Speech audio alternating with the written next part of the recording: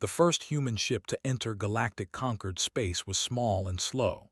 It crawled through the void at speeds that made the watching aliens laugh. The ambassador, a tall creature with silver skin and 4 arms, called it a metal coffin drifting through the stars. The X, insect-like beings with hard shells and clicking voices, did not even bother to send a greeting. They assumed the ship would break apart before reaching the meeting station. But the ship did not break apart. It arrived at Station Prime exactly when the humans said it would. The airlock opened, and out stepped 5 humans in simple gray suits. They carried no weapons. They wore no armor. They simply walked into the great hall where 100 different species had gathered to see the members of the galactic community. The humans said very little that day. Their leader, a woman named Dr. Sarah, spoke only to thank the conquered for allowing them to attend. She asked no questions. She made no demands. When the ambassador offered humanity a small territory at the edge of known space, far from trade routes and rich planets, Doctor simply nodded and said, "We accept with gratitude." The aliens found this very strange. Every new species that joined the conquered fought for better territory. The X had threatened war over mining rights. The hegemony had actually started 3 small conflicts before they were satisfied with their borders. Even the peaceful had spent decades negotiating for better star systems. But the humans took what they were given and said thank you. The conquered decided that humans were simply too primitive to understand what they had lost. Their technology was centuries behind everyone else. Their ships were slow. Their weapons were weak. They were laughably short. The average human lived less than 100 years, while most conquered species lived for 500 or more. What could such brief creatures possibly hope to achieve? So the galaxy ignored humanity. The humans were given their small corner of space, a handful of rocky worlds and gas giants that no one else wanted. They were allowed to send observers to conquered meetings, but no one expected them to contribute anything useful. They were, in the words of one general, a species waiting to be conquered when we have nothing better to do. The humans did not argue with this assessment. They did not defend themselves or demand respect. They simply watched and listened. For the first 50 years, human ambassadors attended every conquered summit in silence. They sat in the back of the Great Hall, taking notes on small devices while other species argued and debated. When asked for their opinion, they always gave the same answer: "We are still learning. We have nothing to add." The found this humble, the X found it pathetic, the found it funny. None of them understood what the humans were really doing. Back on Earth, the notes taken by those silent ambassadors were being studied by thousands of scientists, linguists, and strategists. Every word spoken at conquered summits was analyzed. Every trade agreement was examined. Every military conflict was studied in detail. The humans learned which species were allies and which were enemies. They learned how conquered technology worked. They learned the strengths and weaknesses of every fleet in the galaxy. And they kept this knowledge to themselves. Human scientists worked in secret laboratories, taking apart the gifts and samples provided by curious alien species. They learned how faster-than-light drives worked and built better ones. They studied alien weapons and designed more powerful versions. They examined conquered computer systems and created programs that could break through any security. The work was slow.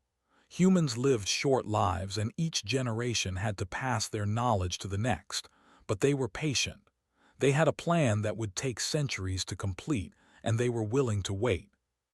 During the second century of silence, a young human diplomat made an observation that would shape everything that followed. He was attending a minor trade conference when a representative made a joke about human weakness.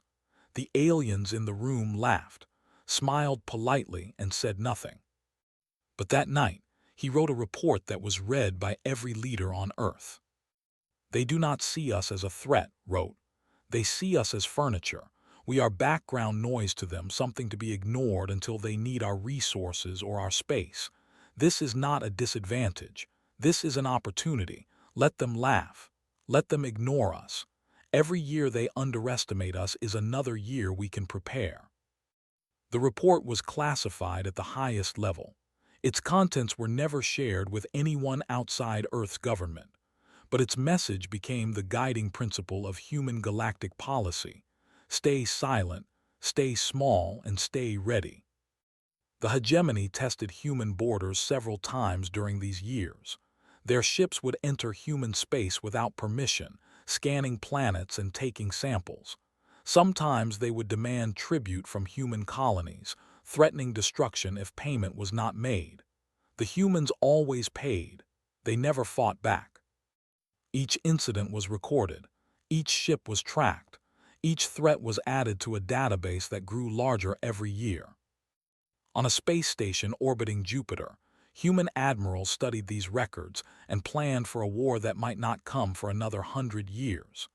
They designed ships in secret, building them in hidden facilities deep in the asteroid belt. They trained soldiers who would never see combat, knowing that their children or would need those skills instead. "We are building an army for people who have not been born yet," Admiral told her officers. "We may never see the fruits of our labor, but one day our descendants will need what we are creating. We must be ready for a war we may never fight." This was the burden of humanity, to prepare for a future they might not live to see. The third century of silence was the hardest. By this time, several generations of humans had lived and died without ever speaking up in conquered meetings. Young people began to question the policy of silence. Why should they hide? Why should they accept insults from species that were not smarter or better, just older? Some humans wanted to reveal their growing power. Others wanted to leave the conquered entirely and build their own empire. But the leaders of Earth held firm. The plan would not work if humanity showed its hand too early. They needed more time, more ships, more weapons, more knowledge. "Our silence is not weakness," President told the United Human Assembly. "Our silence is strategy. The galaxy expects us to be prey. When the time comes, they will learn the truth. But that time is not now. We must be patient a little longer." Not everyone agreed. There were protests on Earth and the colonies. Some humans left to start their own settlements outside conquered space, tired of waiting for a confrontation that might never come. But most stayed. Most trusted the plan. And so the silence continued. The humans kept attending conquered meetings, sitting quietly while others talked. They kept paying tribute to the.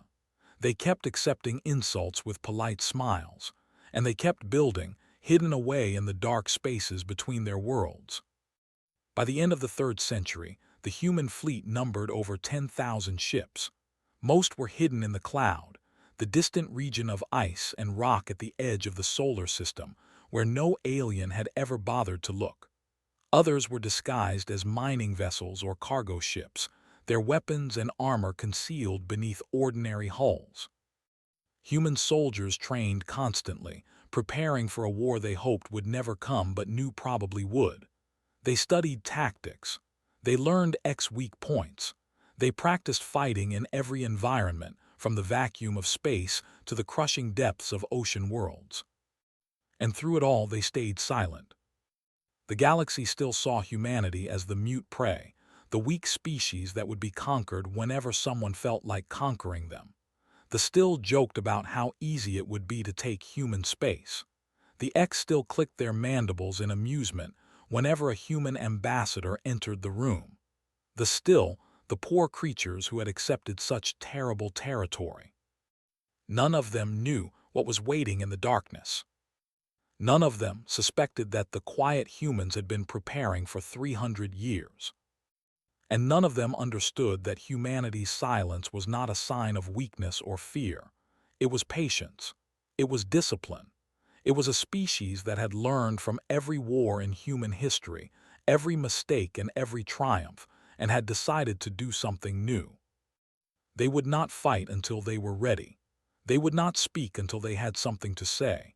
And when they finally broke their silence, the galaxy would hear them. The humans were not prey. They were predators who had learned to wait. 442b was a beautiful world. It had green forests and blue oceans, gentle mountains and wide plains covered in tall grass that swayed in the warm wind. The colony there was small, only 40,000 people, but they had built something wonderful in the decades since they arrived. The town of New Helsinki sat on the shore of a great lake. Children played in parks while their parents worked in laboratories or tended to crops. Scientists studied the native plants and animals, learning how Earth life and alien life could exist together. Farmers grew food that fed not just the colony but several other human worlds as well. Doctor was the colony's chief administrator. She was 63 years old, with gray hair and kind eyes, and she had spent her entire adult life on 442b. She had watched the colony grow from a handful of prefab buildings to a thriving community. She had delivered bobbies and buried grandparents and seen children grow up to have children of their own. She loved this world more than anything. On the morning that came, was drinking coffee on her porch and watching the sun rise over the lake. She saw the flash in the sky first, bright spots of light that should not have been there. Then the emergency sirens began to wail. The fleet arrived without warning. 40 warships dropped out of faster-than-light travel and took position over the planet. Their commander, a veteran named War Master, broadcast a message to the surface. "Humans of this world," his voice boomed from every speaker in the colony. "You have been chosen to send a message to your species. Surrender now and you will be enslaved. Resist and you will be destroyed. You have 1 hour to decide." Stood frozen on her porch, her coffee cup forgotten in her hand. She had known this day might come. Every human knew it might come. But she had hoped, foolishly perhaps, that it would not be here, not on her world, not in her home. She went to the emergency center, where her staff was already gathering. They pulled up the reports from orbital satellites, 40 warships, tens of thousands of soldiers, enough firepower to reduce the entire colony to ash. "Can we call for help?" someone asked. Shook her head. "The nearest human fleet is 3 weeks away. Even if they left right now, they would arrive too late." "Then we surrender," another voice said. "We have no choice." Looked at the faces around her. These were scientists and farmers, teachers and engineers. They were not soldiers. They had no training for this. And yet when she looked in their eyes, she saw something unexpected. She saw determination. "My grandmother was at the first Concord Summit," said quietly. "She told me something before she died. She said that one day humanity would have to decide what kind of species we wanted to be. Pray that accepts its fate or something else." She turned to face the window, looking out at the town she had helped build over so many years. The streets were full of people now, families rushing to shelters, parents carrying children, elderly neighbors helping each other. "I will not order anyone to fight," said, "but I will not surrender either. Anyone who wants to leave should take the evacuation ships. Get the children underground. The rest of us will stay." The room was silent for a long moment. Then, one by one, her people nodded. They had no army. They had no weapons designed for war. But they had mining equipment that could be modified into heavy guns. They had agricultural chemicals that could be turned into explosives. They had scientists who understood physics and engineering well enough to build weapons from scrap. And they had something else, 3 centuries of anger that had never been expressed. The hour passed, no surrender came. War Master was not surprised. He had hoped the humans would fight. It would make the victory more entertaining. The first soldiers landed on the outskirts of New Helsinki, expecting easy prey. What they found instead were barricades built from farming equipment and miners who knew how to use heavy machinery as weapons. The humans fought with a ferocity that shocked the veteran soldiers. A squad entered a building and was buried by an explosion that brought down the entire structure. Another unit advanced down a street and was cut down by improvised guns mounted on rooftops. A landing craft was destroyed by a bomb planted in the road. The humans died by the hundreds. They were outnumbered and had no hope of winning. But they did not stop. When their weapons ran out of ammunition, they fought with tools. When their tools broke, they fought with their hands. Died on the third day, leading a group of volunteers against a position. She took 7 soldiers with her before she fell. The colony held for 6 days. On the 7th day, the finally broke through the last defenses. They found a town in ruins, its buildings collapsed and burning, its streets filled with the bodies of humans who had refused to surrender.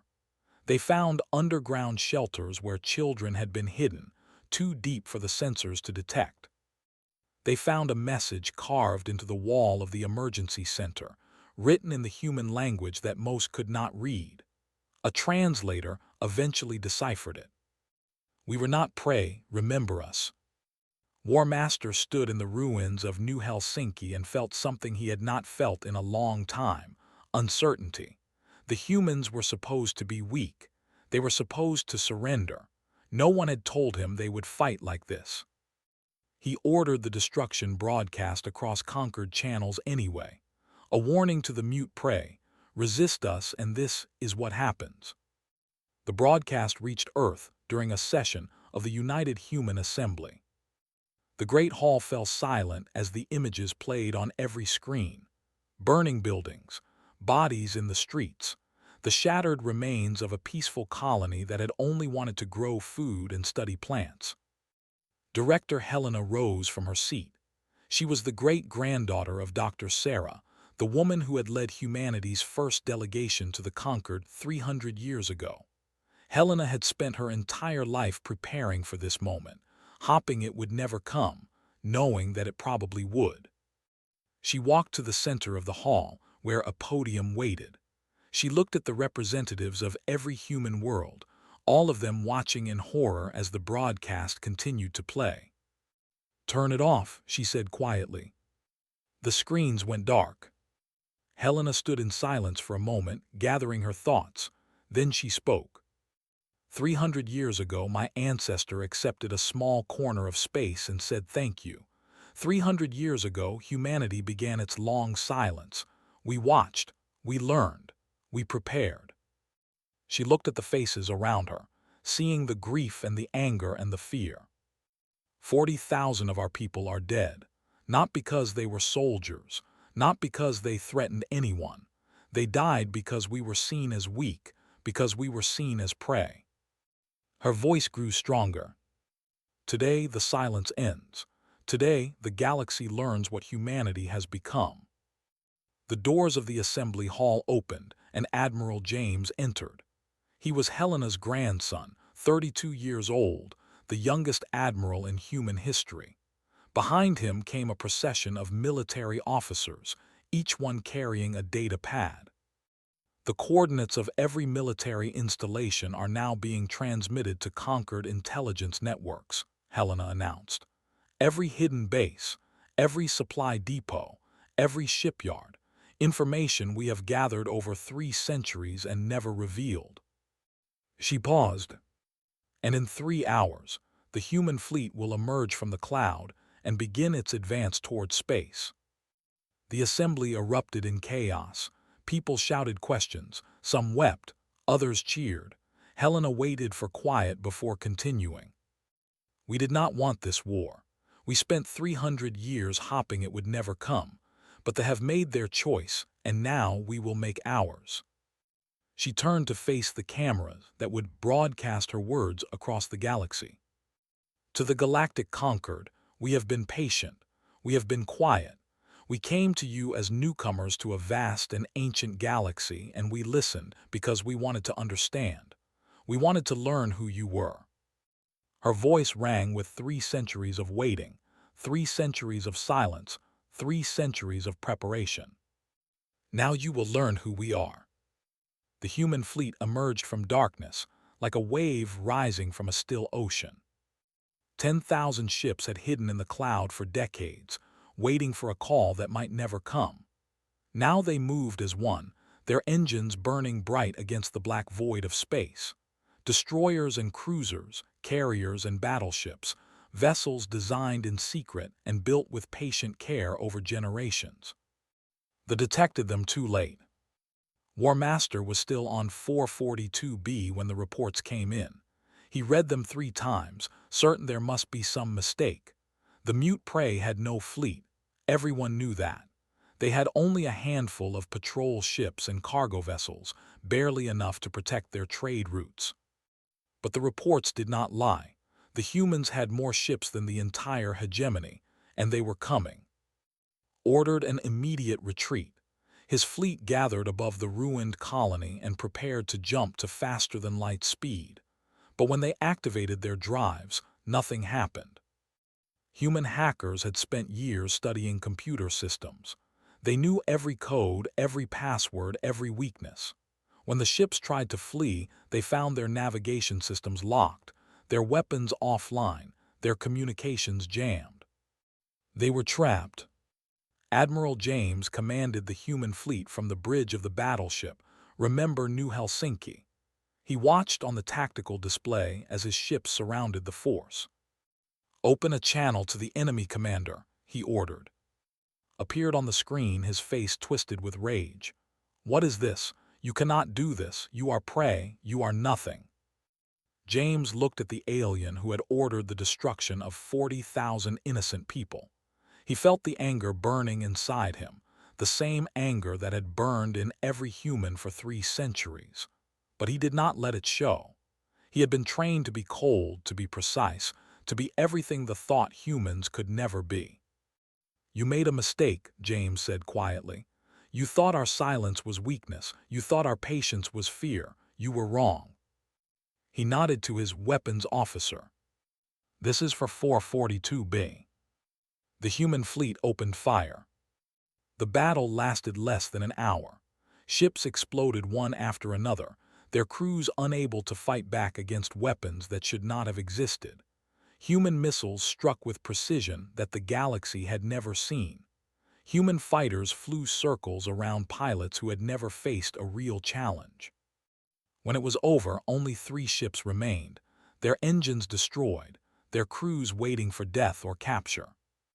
But James did not destroy them. Instead, he ordered them repaired just enough to limp home. "Tell your leaders what happened here," he said before the transmission ended.